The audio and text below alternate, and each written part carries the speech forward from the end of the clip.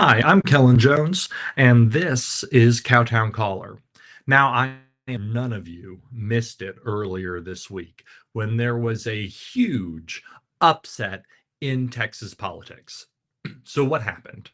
John Cornyn, four-term United States Senator from Texas, a Republican, lost his primary against Texas Attorney General Ken Paxton in the runoff for the Texas Republican primary. Now, how did this happen? In case you don't know John Cornyn, here's a little background. John Cornyn came up during the Bush era of politics in Texas. He was at one point a Supreme Court justice in Texas. At another point, he was Attorney General, and then he went on to serve four terms as United States Senator from Texas, tying him with some of the greats from Texas politics, greats in terms of the number of years they served, like Lyndon Johnson and John Tower. Now, has been a force in Texas politics. He has survived many good years and many bad years for Republicans, and he has endured. But he has started to wane in influence. He started to wane in popularity. Cornyn was challenged by Texas Attorney General Ken Paxton, who has spent years building a strong relationship with the Republican base. They went to the first round of the primary was on March 3rd, and Cornyn was a narrow victor, or leader, perhaps I should say, in that race. He got 42%. Ken Paxton got 40.5%. Wesley Hunt, the congressman from Houston, got about 14%. And then there was a mishmash of candidates that got about 4%. And so going into this runoff, which was on May 26th, just a few days ago, Ken Paxton was viewed, or pardon me, John Cornyn was viewed as the go-to winner. He was likely the one to pull it off. He only had to get 8% more of the vote, and he was there. It was his race to lose. So how did he lose it? Well, if you followed John Cornyn's career, he has not built a broad base of allies in the Republican base. For one, he was a major part in passing the first major gun control bill in many years during Biden's term in office. I think it was 2022 or 2023.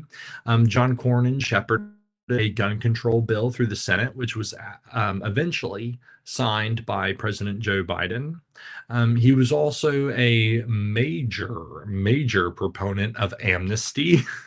And he even had some ads that were dug up in recent days, some of them in Spanish language, that were kind of winking and nodding and saying, hey, re-elect me and you'll get comprehensive immigration reform, which, if you don't follow this issue, sounds like, oh, they're going to pass an omnibus bill that will finally fix our immigration system. But in reality, comprehensive immigration reform is understood by people that follow this to be a code word, a dog whistle for amnesty. So you come into the country illegally, and maybe you jump through a hoop or two, but Congress, the Senate, passes an amnesty and you get forgiven for it, and you get to stay. That and gun control are not things that the Texas Republican base are particularly keen on right now. Add on top of it, and this was kind of a bad conspiracy of events for Cornyn, but he is strongly associated with the H-1B visa. Cornyn has repeatedly voted to continue the H-1B visa program, even in moments in Congress where the political tides seem to be turning against it. If you don't know, and I'm sure my audience does know, but if you don't, the H-1B visa is a non-immigrant visa category that allows U.S. employers to temporarily hire foreign workers to perform mostly collar labor that requires at least a bachelor's degree or higher. And you might be sitting there and going, okay, well, what's the problem with that? Well, the biggest thing is that frequently, I'll use Disney for an example, and other companies. They are not the only one. There's Eversource and there's a bajillion others, especially in the tech industry, use the program to force American workers to train their replacements. Okay, so these companies will go find a foreign worker who is cheaper and then replace an American worker with the foreign worker. And often the American worker is forced to train their replacement. That is not how the program was intended when it was created by Congress as part of a bipartisan program in 1990. It's changed many times. Cornyn has played a major role in some of those changes, and but that's how it's been in its current form, which has existed more or less for 20-25 years. The H-1B visa is also 72% of H-1B visas, roughly in any given year, go to Indians, while about 12% go to Chinese. And this has played a huge role in the shifting demographics in Texas. Texas has the second most H-1B visas out of any state in the union. It's, I think, around 250, maybe 275,000 by the last count over several years. So second most in the union compared to anywhere other than California, who's number one. And Cornyn, the program is very much defended by the Chamber of Commerce. Any restriction that the Trump administration has tried to introduce on the H-1B visa program, and there's been several, is sued by the Chamber of Commerce to try and stop that restriction from going into place. The Chamber of Commerce is a very close ally of Cornyn's. They have spent a ton of money in this race, trying to defend Cornyn. Of course, this race was the most expensive in U.S. history. About 128 million dollars was spent on the race. About 100 million of that went to Cornyn, and Cornyn was very much an ally of big business, and there were other visas Cornyn helped defend. EB5 being another one. That's an investor visa. I talked about it a little bit when I was on Ann Coulter a few months ago, but EB5 visa is overrun with problems. Essentially, if you have like $800,000 liquid capital, you can get legal status in the US for making an investment, quote unquote. But a lot of times the investment just ends up being you purchasing a house, which doesn't create any jobs in the US. And you don't actually have to prove that you created any jobs anyway. You just have to make a good faith projection that your investment will create jobs. And if you're sitting there and you're thinking, $800,000, like, that doesn't sound like a lot of money. Well, no, it's not. And the type of person that has $800,000 liquid and needs, and by the way, $800,000 is like a lot of money to the rest of the world, not necessarily to like the West, but the rest of the world. That's a lot of money. So someone who would have a $800,000 liquid from way overseas, who has really no other way to get legal status in the U.S., you're going to get is like Arab sheiks who are caught up in something and have to get out of their country, and you're going to get Chi-Coms. And in 2022, they were trying to get rid of the EB5 visa. And Cornyn got together with Chuck Schumer, and they saved the EB-5 visa with some reforms, and it was extremely damaging to Cornyn's reputation. I think with the current concerns about immigration that there are in North Texas alone right now, not even the rest of the state, but just in like DFW and the surrounding area, you could not have run a worse candidate right now than someone so closely tied to amnesty and the H-1B visa and the EB-5 visa. I mean, you could not have sat down in a laboratory and made a worse candidate than John Cornyn. Cornyn had plenty of opportunities to reform. He had opportunities to bring his base more, because mind you, Trump won election 3 times in Texas. Cornyn had the opportunity to change his positions and bring them more in line with the Trump base, kind of like you've seen like Marco Rubio kind of do, although there are other reasons to be doubtful about the sincerity of Marco Rubio's belief, but that's a conversation for another time. Or John Cornyn could have built a relationship with Trump personally, even if he didn't really change and embrace more of the MAGA or America First base. Lindsey Graham has done this, and Lindsey Graham is probably going to win his primary in South Carolina. So I would venture to guess that Cornyn probably thought he could weather the Trump storm, probably thought that Trump and MAGA and America First were a flash in the pan when they came on the scene in 2016. And for a while, it probably looked like Cornyn's, my guess, his estimation, Cornyn's estimation of the situation was correct. The first Trump administration did not have a great batting average legislatively. And then there was that inter-presidency period where Biden was in office and Trump's poll numbers were horrible, circa 2021, 2022. And it looked like for Cornyn probably that he was right and the Trump thing was done and maybe establishment politics were back.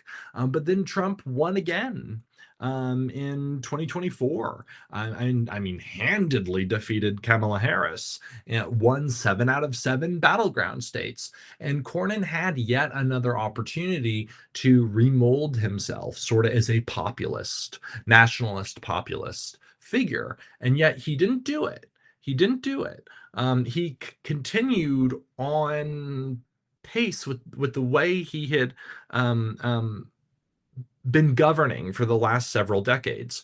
And you know what? It almost worked out for him because earlier in this race, after the March 3rd first round of the primary, word got out that Trump was imminently going to endorse John Cornyn. And we had all heard in the press corps that John Cornyn that the tweet was written, that Trump was ready to hit send.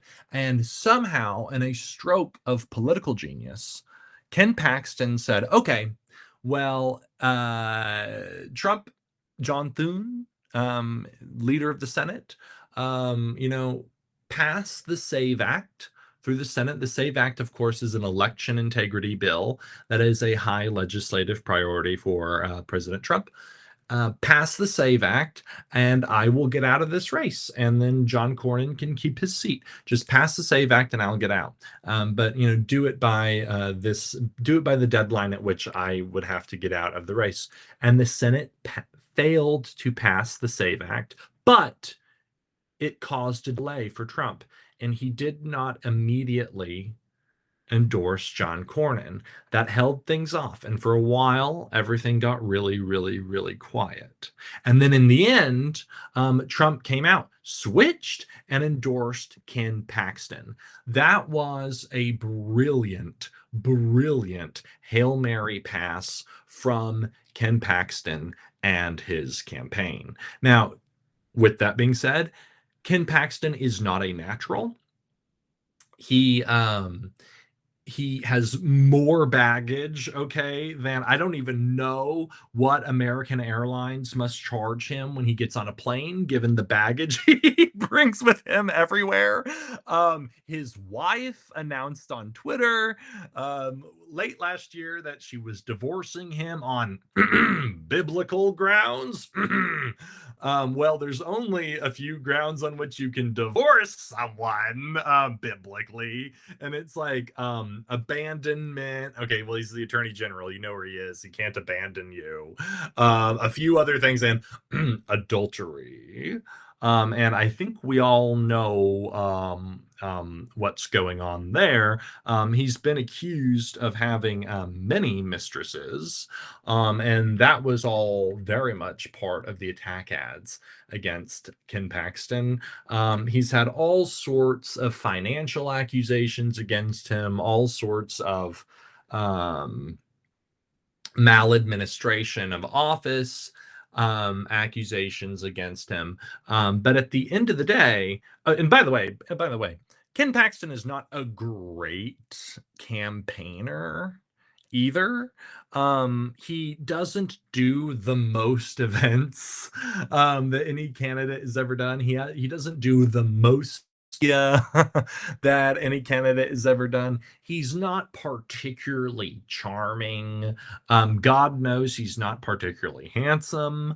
And yet, the voters felt a connection with Ken Paxton, partly because many of the allegations that have been made against Paxton have been known for years, from adultery to, oh, he spends too much money by hiring outside counsel to support the efforts of the attorney general's office, to he fired some people from the AG's office, and they made all sorts of allegations against him that it had to do that he fired him because it was corruption. And I think he might have said it was they weren't doing a good job or something. Who knows? Whatever. The point was made, and the public was aware of these allegations before he was decisively reelected in 2022. And then the Texas legislature pursued an impeachment case against him in 2023. He was impeached. Dade Phelan organized this. Dade Phelan, who, of course, at the time was Speaker of the House of Texas, organized the impeachment against him in 2023, but he was acquitted in the Senate. Voters very much bonded with him during that time, seeing what they viewed in Texas as lawfare. And they viewed him as a fighter against the Biden administration. I mean, I think he sued the Biden administration on Biden's first day in office and last day in office, brought a crazy number, maybe 100 or something different suits against the Biden administration. And voters felt a connection with Paxton despite his baggage. Now, endorsement make a difference? I mean, how does Ken Paxton go from 40% in the first round to 64% in the second round?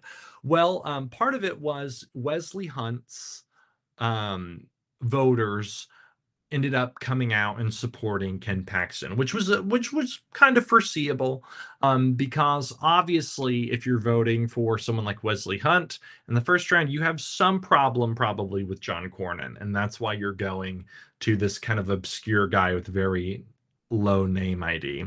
And Paxton is probably your second choice, but you're looking for someone with a better record than Cornyn, but maybe not all the personal baggage of Paxton. Those voters lined up behind Paxton. And the Trump endorsement did seem to sway the votes of some Hispanics in West Texas. I mean, if you saw the final turnout of the vote, John Cornyn barely won any counties in Texas. I mean, I think he barely won Austin, and I think he got one or two in DFW. But I mean, barely. And then he won some random county. I didn't even bother to look up the name of it, but it's some random county below Corpus Christi that has like 320 voters in it. Okay. And from what I understand, the county is mostly one ranch in South Texas. So part of this was an excellent political move with the SAVE Act on Ken Paxton's part. Part of this was the relationship he had built with voters. Part of this was just a consolidation amongst the voters from the first round of the primary.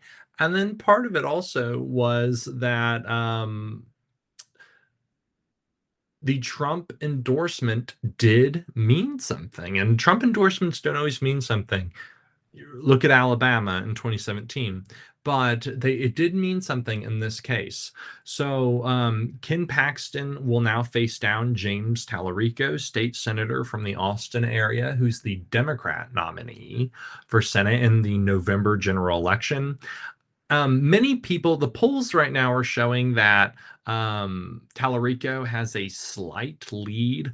I am not convinced that Tallarico is going to win this, partly because the ads against him are so devastating.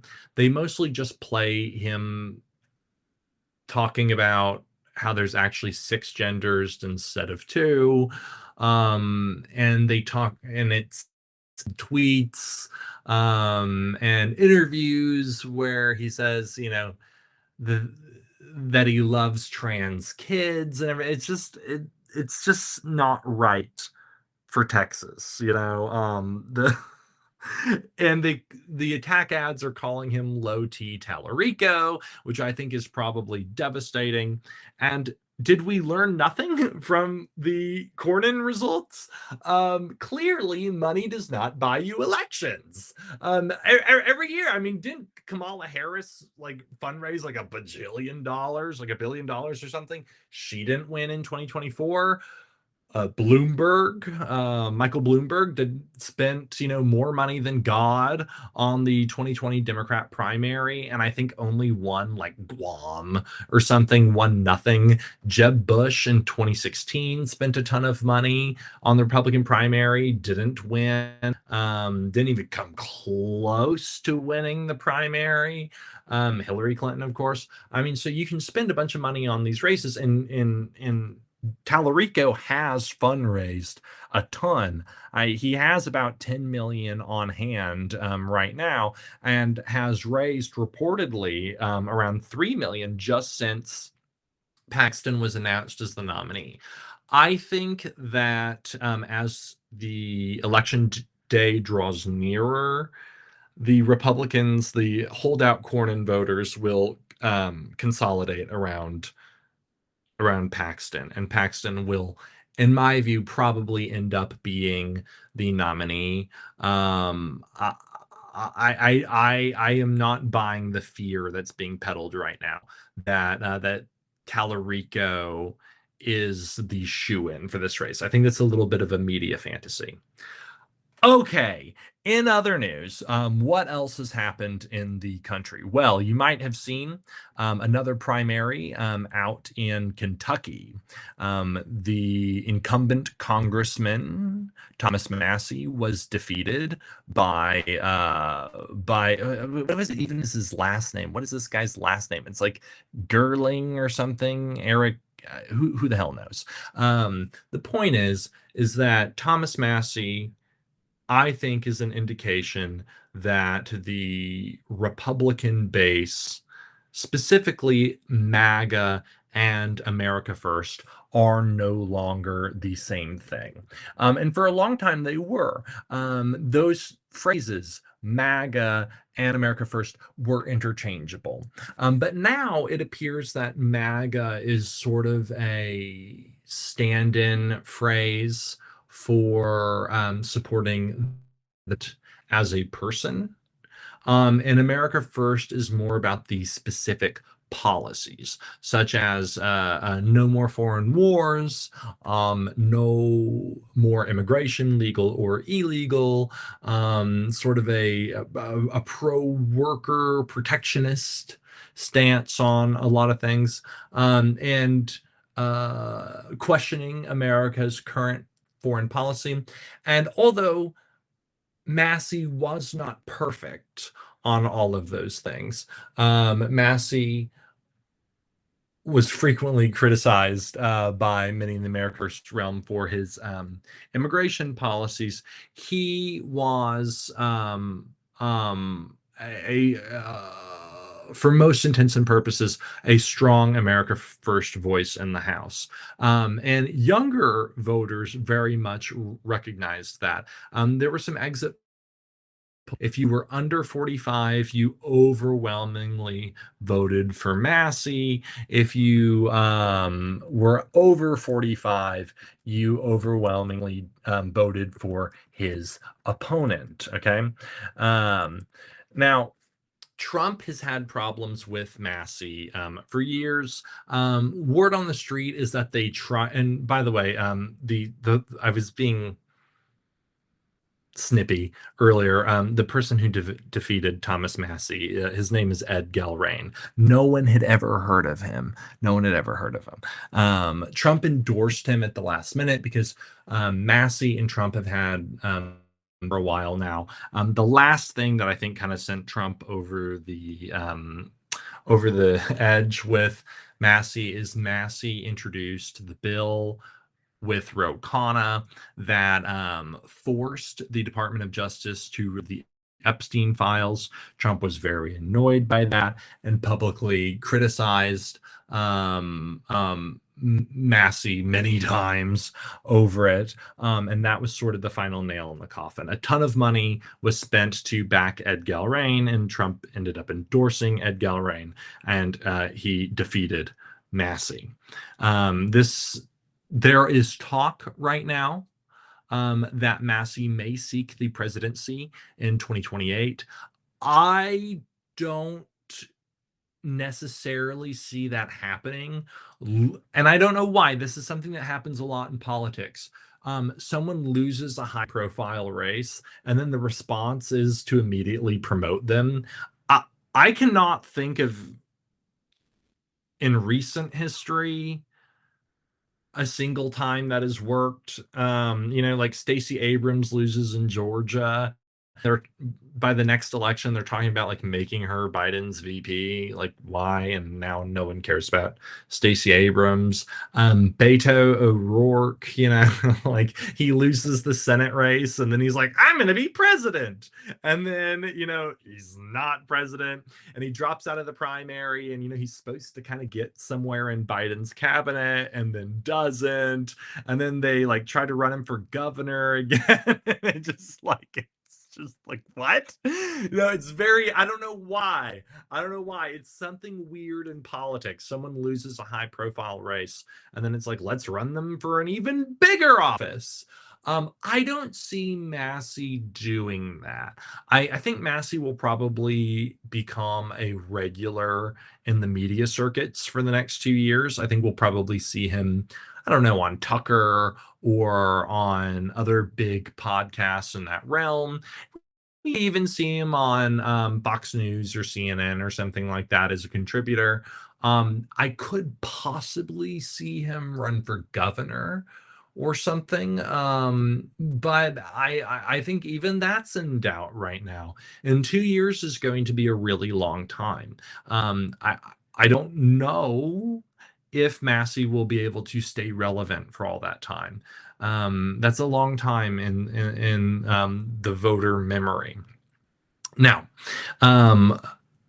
I think Massie's loss will be the first sign when the history books are written that MAGA and America First are splitting and could eventually become opposing forces. And it's not immediately clear which one is going to survive when President Trump leaves office at the constitutional moment in January of 2029 at the end of his term. That remains to be seen. Now, of course, the biggest news of today is the scandal My God, has there been scandal with Graham Platner. Graham Platner, for those of you that don't know, is the Democrat seeking the Senate seat currently held by Susan Collins in Maine. Susan Collins has been around since the 90s. She's been a senator for 1,000 years. She's a little bit on the older side now. She trembles a little bit. It's a little Catherine Hepburn-y when you see her. But she says that the tremble is just something, a benign neurological condition she's had for years. Okay. A lot of Republicans find Susan Collins to be because she is considered to be a swing vote in the Senate, but she has endured, and she does not quite get the ire that someone like Susan Murkowski of Alaska gets from her own side, because Susan Collins, probably another Republican would not hold that seat, but for Susan Collins. Susan, Lisa Murkowski's in what is typically a deep red state, Alaska, but she is a swing vote. So sometimes and often she votes with Democrats. But Susan Collins is in a very purple state. Like, that seat would probably otherwise belong to a Democrat. So she has proven herself to be a force in Maine. She has run in some very tough election years. The betting markets, Kalshi, Polymarket, were showing that her challenger, Graham Platner, who by trade is supposedly like an oyster farmer, and he served in the military during the Iraq War, but has never else really been employed. He comes from a very wealthy family. They were showing the betting markets were showing that Graham Platner may actually finally take out Susan Collins, but he has been overwhelmed with scandal. Okay, if you've seen the text messages released recently, apparently, Graham Platner's wife was telling the campaign that he sent sexual messages to at least six other women. His wife, of course, is named Amy Gertner. They've only been married since 2024, so this is sort of a recent thing.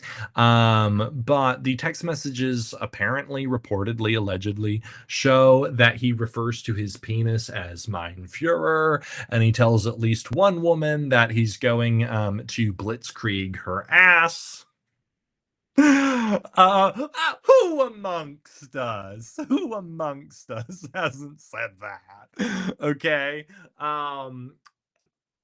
Admittedly a little strange, texting all of these women.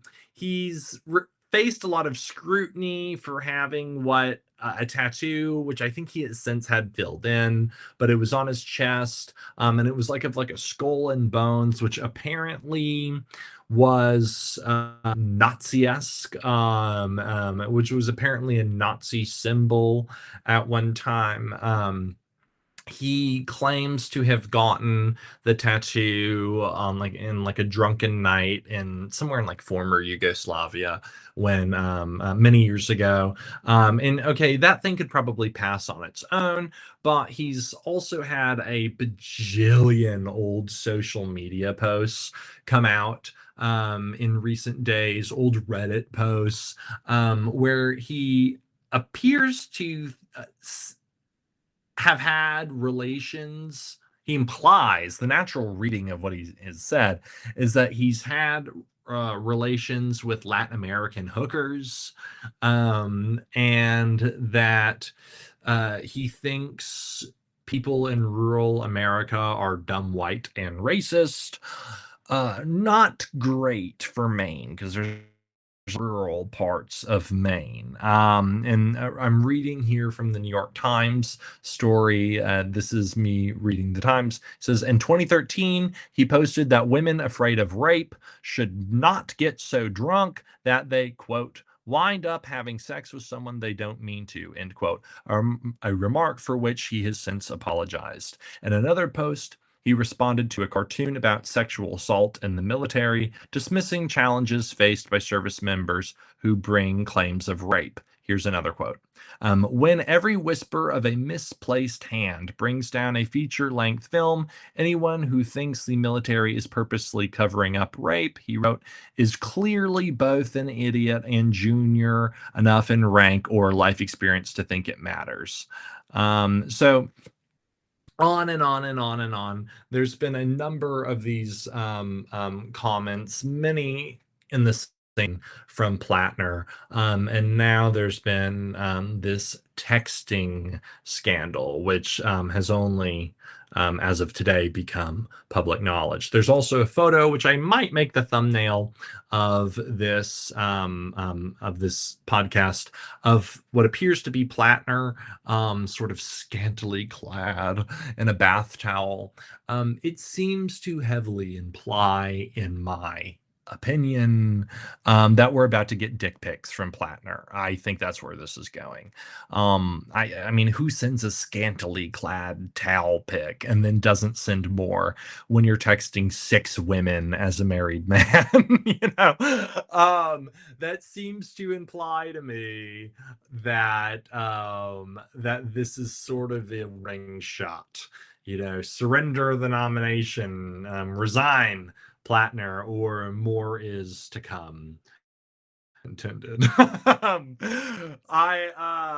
I would be feeling pretty strong if I was Susan Collins. I don't care what the polls say, or what the Kalshi markets say, or what the poly markets say. I think Susan Collins will pull it out yet again in this race.